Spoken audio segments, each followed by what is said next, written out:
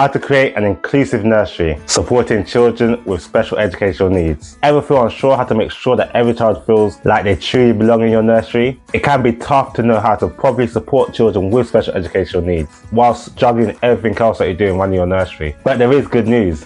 It doesn't need to be overwhelming. Stick around, because in today's video, I'm sharing you some practical tips to help you create an inclusive environment where every child, no matter their needs, feels supported, engaged, and part of your group. But before we get into that, welcome to the channel.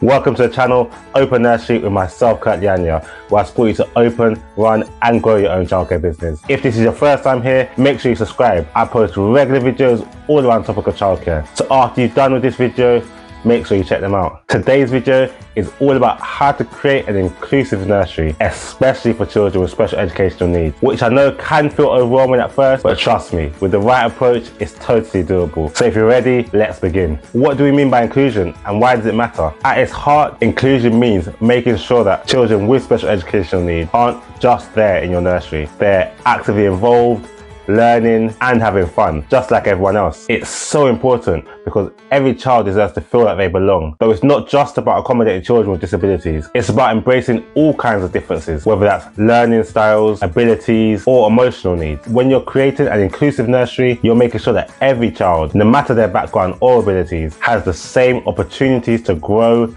learn and be a part of the group. And honestly, when everyone feels included, the whole nursery community becomes stronger. Alright, so how do you actually start creating an inclusive nursery? It begins with your team. Your staff are the people that are going to make this happen day in, day out. So it's super important that they feel confident and prepared to support children with special needs. First off, there's training. This doesn't mean that everyone in your setting needs to be an expert, but a little knowledge can go a long way. Look into training courses that cover things like autism, ADHD, and speech and language difficulties. These can give your team a solid foundation on how to support children with SEND. But honestly, just as important as formal training is, fostering an environment that prioritizes empathy and patience is also important. Just like all people, children with special needs will have good days and not so good days. They may need extra time to do something or a different approach, and having a team that's flexible and understanding is key. Sometimes it's the small gestures like a kind word or a little extra patience that make the biggest impact. The next step is making sure your nursery environment is inclusive too. And no, it's not just about adding a ramp or a quiet corner. Although these are important, it's about creating a space where children feel comfortable, safe,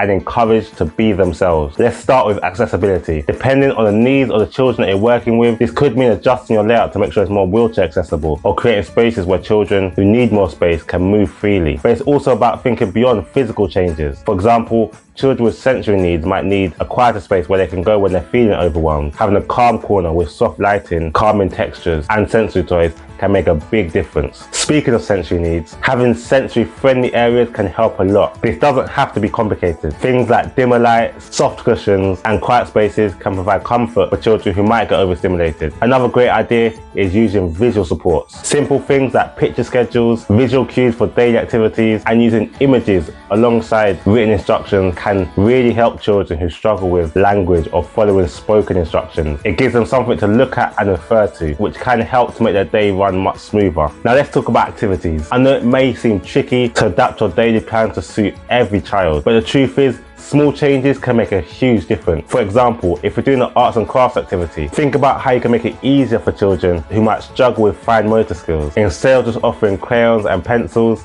throw in some thicker markers or foam pieces that are easier to grip. Little tweaks like this ensure that everyone can join in without feeling frustrated. And when you're giving instructions, try to break down tasks into smaller, simpler steps. Instead of giving a long list of directions, try giving one step at a time. For children who might get overwhelmed or confused by too many instructions at once, this can really help them stay focused and succeed. Also, don't be afraid to offer alternative activities if a child isn't feeling comfortable with the main group task. For example, if you're doing a loud group activity and you know one of your children has a sensory processing difficulty, have a quieter option ready. The key here is to make sure that even if they're not doing the same thing as everyone else, that they still feel included and engaged. And don't forget about peer interactions. Sometimes children with special needs might feel hesitant to join in with their peers, but you can help by setting up activities that encourage teamwork or pairing them with a buddy who can guide and support them. One of the most important parts of supporting children with special educational needs is building strong relationships with their families and, if needed, the specialists they're working with. Parents know their children better than anyone, so make sure you're keeping an open line of communication with them. Check in regularly, share updates about how their child is doing, and most importantly, listen to their concerns or suggestions. They might have ideas how to better support their child that you hadn't thought of. For children with special needs, you may also be working with specialists like speech therapists, occupational therapists, or educational psychologists. These professionals can offer advice on specific strategies or activities that will best support the child's development. Working together as a team, nursery staff,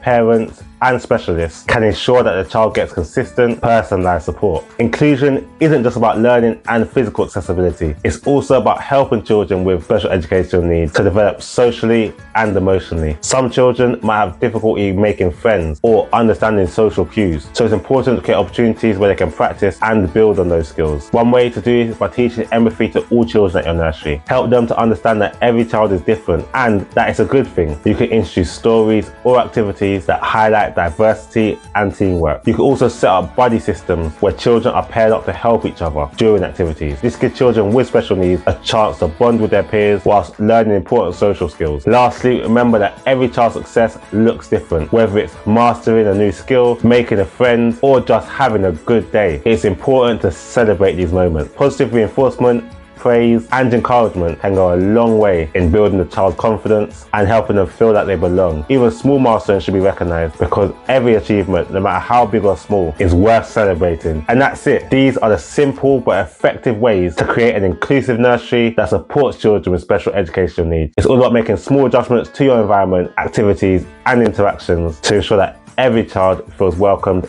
and valued. Now, if you want more support running your nursery, then check out the website opennursery.co.uk. We have courses supporting you to open nursery. You can book one-to-one time with me via consultations and mentorship, or you can get nursery documents to help support with the day-to-day running of your nursery. Just click the link that's on the screen to head over there. If you have found this video useful, don't forget to hit that like button and subscribe for more tips to help with running your nursery. And if you have any questions or want any further advice, feel free to drop a message in the comment section. Thanks for watching, and I'll see you next time. God bless.